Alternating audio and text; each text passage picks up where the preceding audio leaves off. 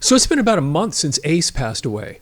I mean, we haven't seen each other for a while. Yeah. It was like, because the last video we did about Ace, he was ill, we wished him well, that kind of thing. And then the next thing you know, it was like a few days later. Yeah, we got the news. For me, it was kind of like this double whammy, because I just earlier that day found out that I have my first cousin down in Uruguay, Rocio, had passed away. And then I got the Ace news, and I was just like, whoa. I mean, heavy, right? You lose anybody in your family, it's kind of a big deal. Yeah. Ace was as much of a family member to me, I think, than anybody, in some aspects. I mean, the Ozzy thing was a big deal. The Ace thing was, I don't even know how to explain it. It cut me deeper than I would have ever expected. Really interesting. Yeah, I mean, it threw me off for at least a couple days, man. It was really kind of one of those things. You don't want to expect it. I reached out to my cousin in New York, and he was just, we just kind of talked, just messaging back and forth. Just, yeah, it's unbelievable. I mean, when you have your icons of people, you had the posters on their wall, on your wall, and you look up to, and then I had to turn off social media there for a little bit, simply because it was just too much. I couldn't. I had literally. I mean, I had a little bit of trouble sleeping, just kind of thinking about all the songs I loved. I remember making an Ace only mixtape. So no kidding. Yeah, that is a true story. Where I made kind of like, it was. I remember on the side of the tape, it was just all Ace. That's it. And basically, I took all the back in the day when you had to put the record. Had the tape player sync it up. One song ended, you hit play, record on the other one. And I just basically took all the songs that Ace sang on, starting with, Shock Me, right? And just got all those Kiss songs on like one cassette so I could throw them in the car. But I had forgotten totally about that. And just, and you start thinking about all these different things, and, I remember, and then I've also kind of been on the journey of just kind of re-listening to all the songs and his contributions, to Kiss, right? I mean, we talk and listen about his influence as a guitar player and all that early Kiss stuff. A lot of people have referenced that. But then later on, like, I think about, when we did the Love Gun album, and not Love Gun, but I think... Dynasty, he had 3 songs on there. Yeah. He had like 3 songs he was featured on Unmasked. It was like Torpedo Girl and Hard Times, which, those are great songs. Hard Times was Dynasty, wasn't it? Yeah, Hard Times was Dynasty, right? It was a great tune. Yeah, I mean, and I haven't listened to a lot of those in a long time. Every life in the city, isn't it? Yeah. We had to make great. it. Yeah, exactly. That's a great song. Torpedo Girl's even kind of cool, tongue in cheek in a way, but so, and then I listened to Frehley's Comet. I remember seeing I Ace. busted that one out when we were talking. Yeah, right there. I remember seeing Ace in Brooklyn prior to this. I've seen Ace live, I think 3 times. I've never seen him live. I didn't see him with Kiss. Yeah. I didn't see him solo, anything. I remember, though, buying this like right when it came out. Yeah. I was it was so a big excited. deal. Yeah. It was a big deal. A lot of press behind it. We've talked about how Eddie Trunk kind of signed him, and that was like their connection. And Megaforce right there. Yep. And Second Sighting, I've listened. That's the album after this. I listened to that. That one actually has some pretty good songs on there as well. They have like a slow ballad that's on there that's actually pretty cool, really reminiscent of the times. But, I'm thinking about also the parallels between what Ace was doing, Frehley's Comet. I mean, Kiss was doing, Hot in the Shade, Crazy Nights, Asylum. It was kind of in that same, Animalized in that same era. Trouble Walking, I think, is my favorite one. I mean, that's got a lot of really good songs. And the one takeaway I think I got as I processed, and it was my way of processing the passing of someone I really love and cared about a lot as an artist, was, and I mentioned, I dressed up as Ace. Yeah. 3 Halloweens. Same makeup as in this picture, man. I mean, had it down. And, for me, it was really, my way to kind of process through it. And, man, it sucks to just kind of get to that point. And, you get the news, and unfortunately, it's what it is. Yeah, I did a live that night. And I was here by myself doing that thing. Yeah, I remember. That was incredible. But it was one of those things where I was like, somebody had to do it. Because, as I was doing that live, I was just saying, look, nobody, he'll get mentioned, on some news stories. He'll definitely get brought up. People mention it because he was a big deal. But for those of us that were really, really into Kiss, when you're young, this is not something that a 30-second soundbite covers. You've got to talk about it. Yeah, I mean, the news, like I said. And we had hundreds of people on that live stream. I was on there. I was surprised how many people were on that thing. I would have loved to come down. I just wasn't in a good headspace with everything, and just bad timing, I guess. Life happens. Outside of here, I am way busier than I lead on to be. I know I come across as calm, cool, and collected. I'm not. Some days. I got stuff going on. As we all do, and it's just life. So, but yeah, it's actually been a really good exercise for me, because I want to say that a lot of Ace's stuff still holds up, still sounds awesome. It's still rocking, and that is one thing about Ace. That's one of my takeaways. My personal takeaway is that Ace was a rock and roller, even through 10,000 Volts, which is his latest release that just came out earlier this year. I mean, he did not really stray or buy into. I mean, I know during like the Frehley's Comet second sighting, he had the whammy bar put on like his Les Paul, and I'm like, what the hell is that? That is, but I mean, a sign of the times. But you listen to his playing and stuff, he's still Ace. That's why I think I like Trouble Walkin', because that whole album is really pretty good. It's just it's great stuff. I'm glad I seen him. The last time I saw him was on Long Island, and I went with my wife Michelle at the time, and he had Richie Scarlett in the band. I can't remember who was playing bass. Could have been the guy here, but I can't remember. And they were great. There wasn't that many people. But again, it's a sign of the times, right? That late 80s, early 90s kind of transition of music. And, it wasn't Soundgarden. I remember that same night, one of the other takeaways from that night is the first time I heard Rage Against the Machine was at that concert, because they played it. Oh, wow, okay. Kind of, when the band's getting ready, and he didn't have an opener or anything. They just had, like, music playing through, and I'm like, listening to that, Killing in the Name of, I'm like... Oh, I remember the first time I heard that.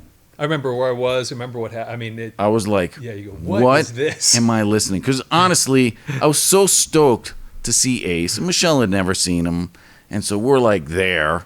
And there were a couple other buddies of mine that were there that just happened to, hey, we're here. Hey, what's up, man? And that kind of stuff. And you hear that. I was like, okay, I got to find out what that is, because that was incredible. I just feel like I just got punched in the face hard. But then I got into the Ace show, and that was awesome. How many people were there? What kind of venue was it? It was really small. I want to say it was in Huntington. And I can't remember the venue, what it was called or anything. But that was the town. And I don't think, if there was maybe 100, 150 people. Oh, that's 200 people. Yeah. That is. Wasn't really that. Little club. Yeah. And Ace had played around in like Brooklyn and New York, and he was always popping up doing a couple shows to kind of test out stuff or whatever he was doing, announcing that he had. Did you ever talk to him? Did you ever meet him? Never met him. Because in a club like that, it'd be relatively easy, I would think. That's the one that is a kind of a little bit of a one takeaway I've never had. But I thought that night was going to be the night. Plus, I had Michelle with me, and I'm thinking, okay, this could all line up. Because earlier that year, I'd met and got pictures taken with B.B. King, which I thought was awesome. wow, I didn't know this. Yeah, kind of. It wasn't like, hey, let me take a selfie with you, BB. Yeah, because this would have been 92, yeah. 90. In the late 80s, early 90s. I can't remember exactly when, but yes. So I thought, I'm going to see Ace. I mean, there's nobody here, you know. It's not like we're playing like a stadium where there's security. I'm like, so after the show, I'm like, Michelle was like, hey, it's cold. It's, you know, let's kind of wait. So we ended up waiting out back. And there was like this Cadillac, not even like a limo back there. And then we couldn't get that close. But he kind of just like came out, hopped in. You know, there was like a little tour bus with like a trailer that the roadies were putting his stuff in. Ace hops in. And I'm like, dude, he didn't like even talk to anybody. He just kind of came out, you know, did like a, you know, I think he did the Ace Frehley thumbs up. He's like, you know, gets in the car, hops in. I'm like, oh, man. And a couple of people were like in front of the Cadillac limo, whatever. It wasn't, like I said, it wasn't a limo. It was just kind of a Cadillac. And I'm like, that's kind of anticlimactic. And then he rolls down the window and the car takes off, did a little honk. So the people got out of the way, which they did, which I wish they didn't. Ace kind of rolled down the window, and I remember they were driving by, and Ace did this, like, wave with his hand out the window, and he's like... There he goes. Like, off into the night. Dude, off into the night. I almost wanted to jump out and give him, like, a high five, but I wasn't that daring, you know. That could have been, you know, that's his picking hand. I didn't want to, like, smack it and jack him up. You know, but, that's great. That's a good memory. I mean, just, I remember being a little bit like, come on, man. There's nobody here. You could have, like, hung out with us. But it's all right, you know. But that was still a great night for me, and just to kind of see him. It was a great show. He played awesome. So, you know, I mean, for me, this has been kind of a more difficult month in the sense of just processing all that. And I know a lot of people put so much out with Ozzy and now with Ace. Yeah. You don't realize the impact these people have on lives until something like this happens. Mm-hmm. And it's, especially when it's unexpected. Nobody expected, I mean, he was in the middle of a tour, so nobody expected, this came out of left field. Yeah. And yeah, it just kind of takes your breath away. It's kind of, you know, it's a punch gut that these things do happen, and, you know, it makes you appreciate those that you do love and do have around you. Made me kind of think about, it's been about 10 years since Prince passed away, or the artist formerly known as Prince, if you liked when he had that sign. The symbol. Right? But Prince's estate just recently, within the last year or so, just got settled because he did not have a will or anything taking care of all this stuff. Now, you know, I'm not a wealthy man by any stretch of the imagination, but I have children and I have my estate kind of in order. And I'm not getting on a soapbox, but if, you know, there at some point our number is going to be called, and I was happy, this is what I'm talking about, is I'm happy to report, I guess, or know that in one of the articles that I read about, Ace had all his affairs dialed in. And so it was all going to his daughter, Monique. And so that was kind of good to hear. I guess they've been she's kind of worked behind the scenes, helping him out or doing whatever it is. But he had that. And I think one of the reasons he had some girlfriend or whatever going on, it's another article I read, and I don't know how true it is, that, you know, she wanted to get married or do whatever. And he's like, you know, I don't know. I mean, I'm not saying she was a gold digger or any of that. I wasn't there. But I mean, he basically had his package dialed in, his money deal, and, you know, I'm sure somebody at that stage in his career has money in the bank, has whatever. I mean, yep. I don't know what Ace was worth at the end of all this, but I'm happy to hear that he had all that kind of pre-dialed in, because how tragic for Prince and his family, even though it ended up going to, I think, like a half-sister or something like that. But to wait 10 years, Paisley Park, all his recordings, his studio, all that is just in limbo until all this mess gets settled. And, I'm kind of glad that wasn't the case with Ace.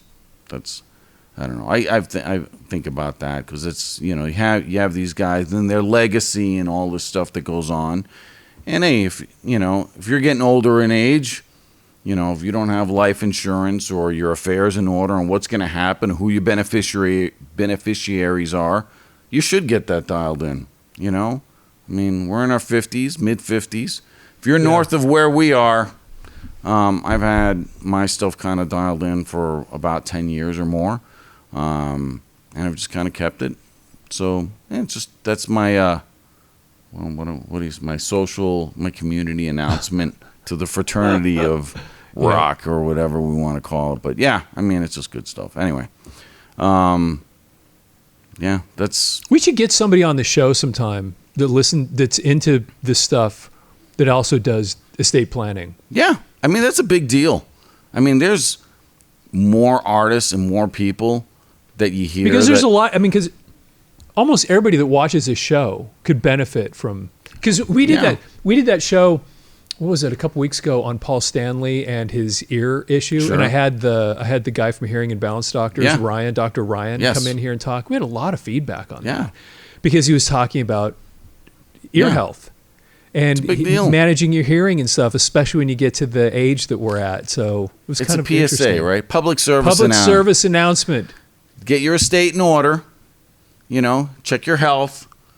I mean, if you're over 50, I'm not saying you got to get a colonoscopy and whatever, but, you should.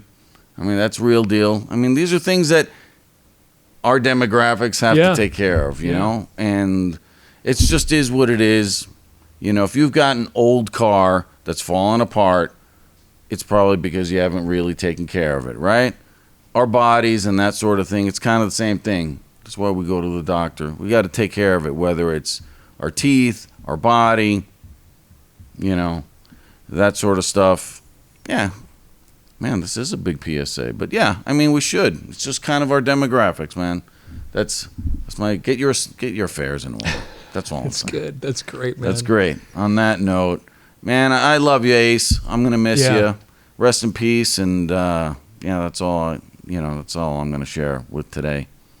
That's awesome. Well, yeah, because we had not really had a time to debrief and talk about it ever since it happened. So we did need to have one of these where we just kind of caught back up on the whole thing. And that's been happened. My healing process. So, and it's good to kind of go back, like I said. And I mean, this is his legacy now. Going forward is all the music that he's left for us, the dizzying solos and the things that has made him a legend amongst the rock world. And I did read a thing about him, somebody saying that he influenced Eddie Van Halen's tapping and stuff.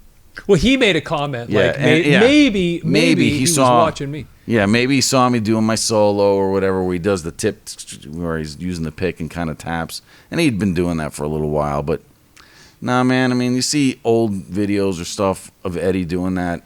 Eddie was in his own category, his own world. I love that some of these guys. I'm surprised Gene didn't take credit for. I thought, I was doing that on the bass. Put my battle axe on the side, and I was doing the tapping. Come on, Gene. But anyway. True. Thanks everybody. I'm kind of glad to get that Ace thing kind of out. I wanted to share kind of my experience with that. I'd forgotten about some of that stuff. It's intense, man. You get these people that were such an influence on us, and then it's that because basically a lot of these guys are that they're not as old as our parents, but almost. Exactly. Actually, Peter is probably But anyway, so they're that next generation in front of us, and so now we're watching them kind of drop off, and it's like, okay, it's sad. We're the next people in line, but these are the people that we looked up to so much, and especially Kiss was just unique in that it was just different. Because we were brought in as kids, man. Yeah. I was thinking about that. Besides family members, I've had Ace in my life for over 50 years. No, I think I said that in that live stream. I said the thing about it is I don't remember my life without Ace Frehley in it. He just was always there. And whether it was on a poster in my room or just kind of in the background, and I knew that he was, had an album out or something was going on, he was just always kind of there. And then all of a sudden, no more Ace. Yeah. And then eventually there's going to be no more Paul and no more Gene and no more Peter. These things are happening, man. I mean, at some point, we're unfortunately where we are in our lives and where a lot of our icons and stars, we're going to be seeing more of this, and it's unfortunate. It's unfortunate, and I know that there's other artists that are passing away, and not to discredit them, but Ace was a big one. Yeah, this was a big deal for those of us, especially that when we were kids, this became kind of our. I don't know. There was something different about this, the way they resonated with us, and then again, getting back to that, they just kind of stuck with us our whole life. Yeah. So they just became foundational. Incredible. So to see the response of. It was everywhere, and that's why. I was so overwhelmed. Like everybody was posting, everybody. And rightfully so. He deserves that credit. We want to thank, of course, the ongoing support of Digitech. We got a new pedal of theirs back in the background. Got their posters over here. We appreciate their ongoing support of the channel. Baby. Yeah, and if you ever go to digitech.com, let them know that we sent you there. And with that, have yourself a fantastic day.